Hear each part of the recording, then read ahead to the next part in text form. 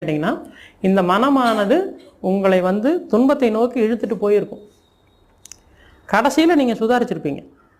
இதுக்கு மேலே போனால் பள்ளத்தில் விழுந்துடுவோம் அப்படின்னு நீங்கள் சுதாரிக்கும் போது இது தவறான பாதைன்னு நீங்கள் புரிஞ்சுக்கிறீங்க. அப்போ நீங்கள் உண்மையை தேடுறீங்க. அதன் பிறகு யாரும் உங்களை தவறான பாதைக்கு கொண்டு போக முடியாது.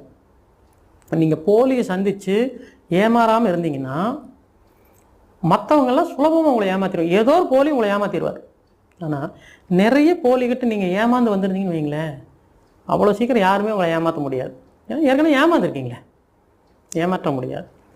அப்போது இந்த துன்பப்பட்ட மனிதர்கள் அல்லது ஏமாந்த மனிதர்களுக்கு இந்த ஆன்மீகத்தில் வந்து ரொம்ப சுலபமாக மேலே வர முடியும். காரணம் என்ன, அந்த துன்பத்தையெல்லாம் அவங்க ஏற்கனவே பார்த்துட்டு வந்ததால் இந்த ஆன்மீக பாதையில் அந்த பயணத்தில் இருக்கிற துன்பமெல்லாம் பெரிய ஒரு துன்பமாக இருக்காது. அது ஒரு வகையில் ப்ளஸ்.